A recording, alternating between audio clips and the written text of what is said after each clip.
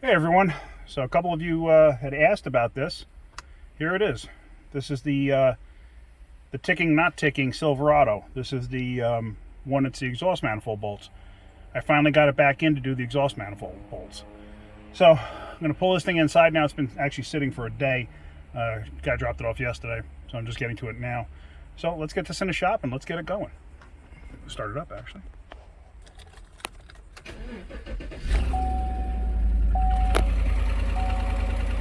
You can hear the sound that the customer was saying. He thought it was tapping. So I know a few people said, "Oh, that doesn't sound like tapping." Okay, well, yeah, it doesn't sound like tapping, but I can only go by what the customer is describing to me. If the customer says it's a tapping, then I have to go look for a tapping. So, all right, let me get this in the shop. Now, if you guys remember correctly on this vehicle, the noise was coming from the right side exhaust manifold. So I'm going to put this thing up in the air, and I'm going to pull the right front wheel off and the right front inner fender out. So this way I can get to the right side exhaust manifold, because I'm going to take the manifold completely out. Step number one is I'm going to disconnect the battery. Because if I wind up having a weld on this thing, I want the battery disconnected so I don't possibly short out a module. Let me just go back under the hood real quick. And if you recall, that rearmost exhaust manifold bolt is snapped off in the head. So what we're going to do, like I said, is I'm going to disconnect the battery. I got to pull this wheel off, the fender liner out, so I can look up in there and see what's going on and figure out what I'm going to do. So let's go that route. All right, so now with the wheel off, what we're doing is we're going to take out all of these torch-headed screws here. There's a whole bunch of them. I started to take them out on the back side here. Took them off the flap here. This one, I believe, goes through it. Yeah, it does. And just take them all out as they run up, and then the whole inner fender will come right out. And then I got a good view of the exhaust manifold on the other side of it. There you see, with the inner fender out, I got a pretty good shot at this. And as you can see, that back bolt up in there is broken. And it's actually got a little bit of a stub sticking out, which is good. It's actually above the, or it sticks out, protrudes from the cylinder head, which is a good thing. Now, whenever you're pulling any of these off, even though we're down south here, I see it every time. These bolts here, heat them up. Get a torch on them, get these things red hot. Every single time I go to take these things off, every time, without fail, they will seize on there and they'll actually spin. And they'll just sit there and spin, destroy the threads, and then just sit there and spin, and then you got to cut them off. Heat them cherry red, then take them off. Trust me on that one. Trust me.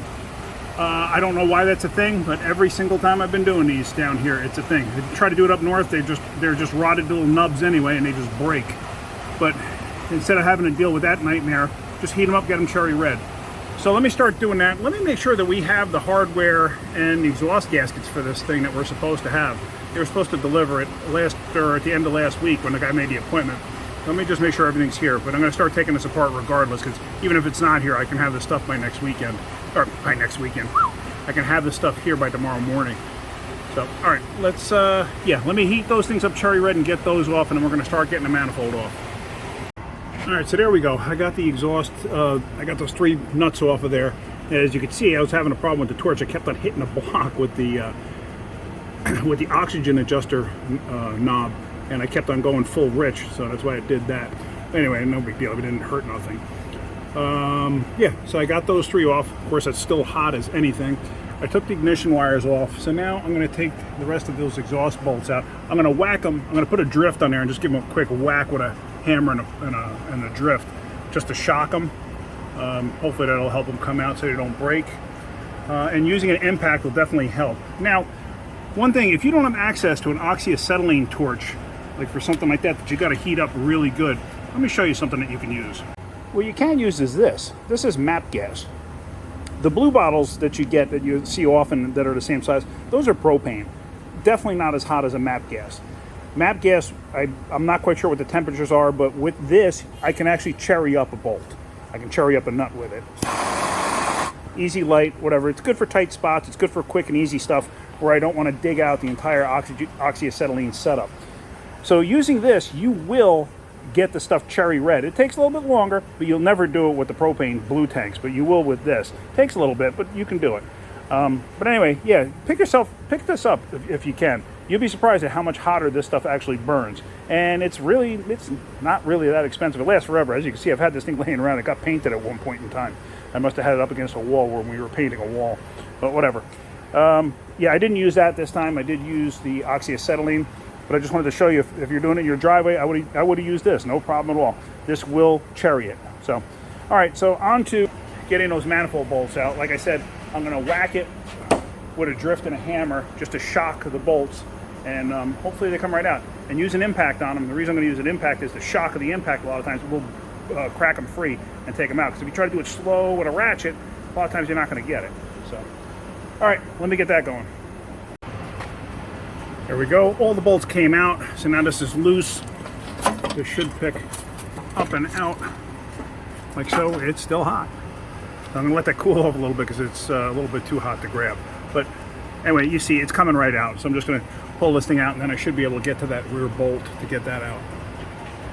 So now what I'm going to do is I'm going to actually just lay a straight edge across the mounting surface at the manifold, because I'm just curious. It's for my own reasoning, really. I want to see, is it bent, is it warped? Because I've seen them before where they get warped, and I mean, it's drastic. I'm just curious now. This is a snap-on straight edge. I mean, you don't have to use anything that's ridiculous. Now, if you look down here, you can see there really is no gap. It's pretty flush all the way across. The right way to do this is you stick a light from the backside and look underneath just to see how much of a gap you have, because you'll be able to see the light going through that. If you see light, then stick a feeler gauge in there and try to figure it out. But this is pretty much resting on it right there. So I'm not overly concerned with it being warped. I'm just going to clean it up when I go to put it back together. Now, if you don't have a straight edge, you can go to Home Depot, Lowe's, or whatever, Ace Hardware, and just get yourself a piece of angle iron. That's all. I mean, you don't want to use that for a machined surface like a cylinder head, to a block. But for something like this, if you're just curious how straight it is, that's close enough. It's you don't have to be that ridiculous. And you could probably get like a C channel or something like that that's even straighter usually, or even you could probably find a machined piece. So just something to think about. I've seen people use pry bars. They look down the pry bar. Hey, they'll take a pry bar like this and look down and say, okay, that looks pretty straight, and then they'll use that as a straight edge across. For something like this where it's not of dire importance, that's fine, because this thing will flex. That's why it has the slits in it too. In between each cylinder, it's got a slit in it to allow it to flex and allow it to warp slightly. So, but anyway, so now on to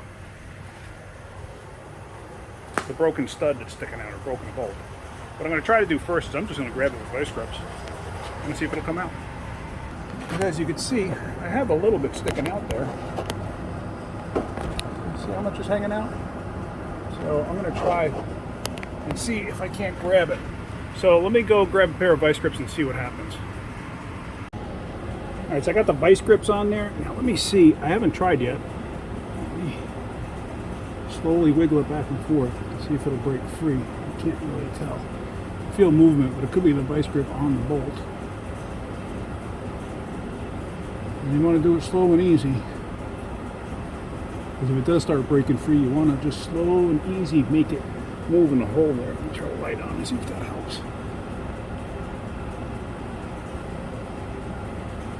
I still can't tell if that's... Yeah, I think it actually is moving. Let me turn this off. I think it actually is turning. Alright, let me spray that with some WD-40. Maybe it'll help penetrate a little bit.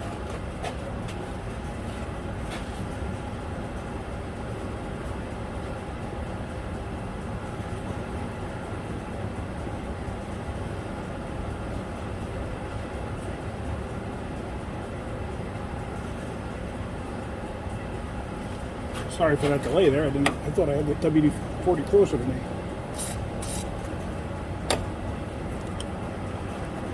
Not that it's really going to penetrate all that much, but maybe it'll help.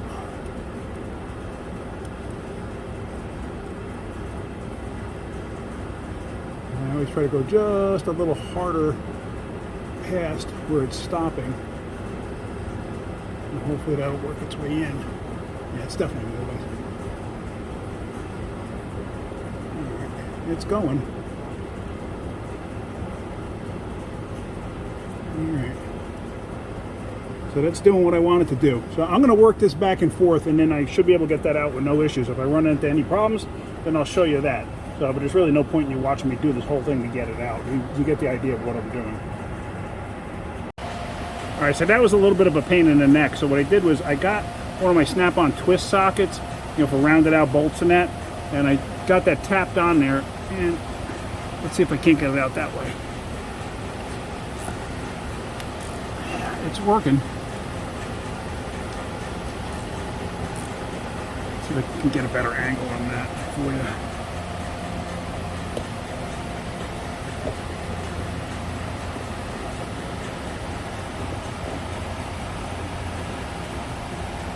Okay, let me see it. So it's focused in as it's going to get.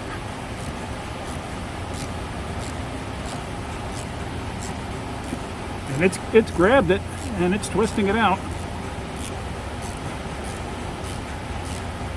These sockets are fantastic, let me tell you. They've saved me so many times. Even a lot of times when I weld on them and I get like a little nub of weld, I'm able to grab the weld with these sockets. Let me actually make sure that socket's loose on there. Yep. Actually came off, which is fine. It'll grab.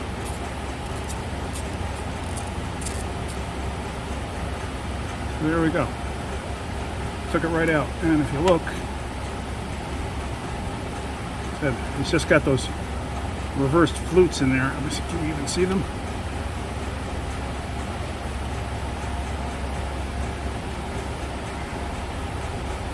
Really all it is, just reverse flutes, and it grabs it.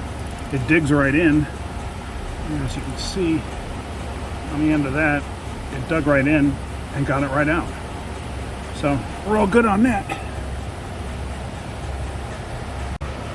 So now with that being all good and out and clean, what I'm going to do is meaning the bolt hole is clean, it's not nothing in it. I'm going to clean up the gasket surface, and I'm going to actually run a tap down the holes real quick just to clean up the threads, make sure everything's good there. Because some of those came out a little on the tight side. So I'm going to do that, get everything cleaned up and all ready to go back together. Now I did order the stuff. It wasn't ordered before. I thought it might have been, but it wasn't. They forgot to order it. So I did order it. It's supposed to be in first thing in the morning, which is fine because it's the end of the day now. So I'm going to just clean this up. This way it's all ready for first thing in the morning. This way I can throw it all back together. So I got the gasket surface all cleaned up, and I got the bolt holes. I ran a tap down every single one of them to clean them up. Now before you lay a gasket in place, or before you put the manifold in place, be sure of the way the gasket fits. Because see, it goes this way, and if you turn it around where you can see the lettering, the Felpro lettering, it's close, but it doesn't actually fit. You can line up the outer bolt holes, but the inner ones don't line up. So it's just something easy to remember. Do it first. This way you know the direction it's supposed to be in. This way you're not fighting with it later. So let me get the manifold in place and catch the two bolts, because as you see, the lower bolts here have slits in them. So this way I catch the lower bolts and I can drop this gasket in place. All right, so as you see, I got the two lower bolts in there, and I got the gasket just laid over top, and then you just drop it in place, it goes in. So now, and as you see, I have the studs going through. I ran a tap down here. I actually ran a die down the studs to clean the threads up. I ran a tap into the nuts themselves. I ran a tap into all the holes on the head. So now I can catch the other bolts in there and torque this thing down. These are actually stainless steel bolts that I got through Dorman from Advanced Auto Parts, and it's obviously a Felpro gasket. I'll show you the part numbers as soon as I'm done here. Now when you tighten down something like this, all I did was drag them down till they stopped. Like, this is literally finger tight. I don't know if you can see that moving. Actually, let me zoom in on that a little bit. This is literally finger tight, and it just stops. So basically I did that, then this one, then this one, then the outer one, then the outer one.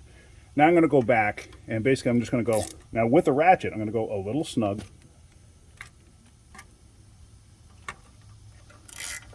A little snug.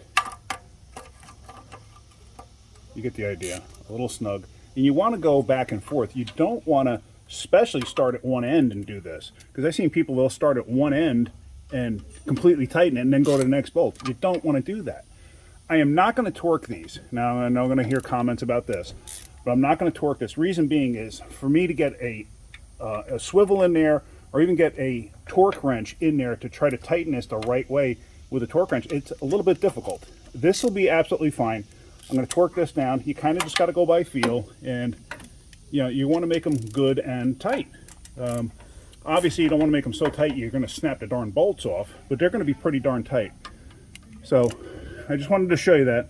So I'm going to complete this job, get this done, then I'm going to put it up in the air, and I'm going to catch the lower nuts where the pipe meets the manifold. And let's see, then I got to put the wires on and stuff like that. So let me keep going and do that. All right, so that's all together. Everything's tight. I went over the bolts multiple times to make sure they were tight. I put the nuts on the flange part here. Then I went back over. It took, maybe that took 10 minutes, let's just say. Then I went back over and I hit those bolts once again, because a lot of times those steel type gaskets can crush, or any type of gasket can crush, and you'll lose some torque. So I went back over them all over one more time. So everything's nice and tight now. Like I said, I'm going to probably get some slack for this, but I did not use a torque wrench, and the reason being is because trying to get in here to use a torque wrench is going to be a pain. I could definitely get on 3 of these with no issue, but these last 2, they're going to be kind of a pain. That's why I didn't really bother. Actually, this one would probably be a little bit of a pain too, but whatever. They're tight, they're good. So if you got a problem with it, just comment, that's fine. Yeah, so we're at that point now. So now I'm going to let this thing down. I'm going to start it. I'm going to come back and double check this side just to make sure that I don't have any leaks, before I put everything back together, like the inner fender and the wheel and everything else. At least this way I just verify everything's good. So let me do that. Let me let it down, hook the battery up, and start it up. So there we go. Battery's connected. Let's start it up. Make sure everything's nice and quiet now, and see what happens. Shut the radio off.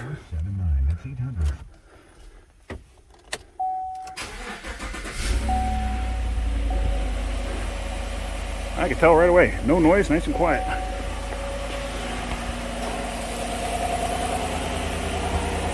Quiet like a church mouse.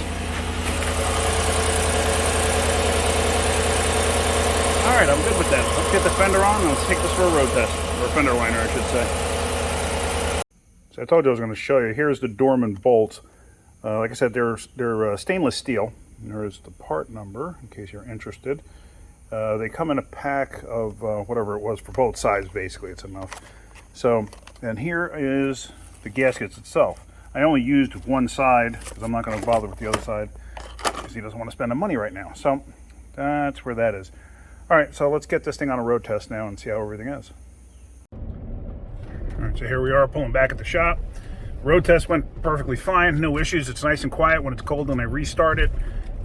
Because after I started it before, it actually sat in the shop for another 3 hours again before I could even get it out because I was blocked. So everything sounded good. So I'm happy with it. I know it's fixed. That's about it. I hope you got something out of that video. If you did, hit that like button. If you could, please subscribe. All right, guys, have a great day. Keep wrenching. I got dirt all over my cheek. Anyway, all right, have a great day. Keep wrenching.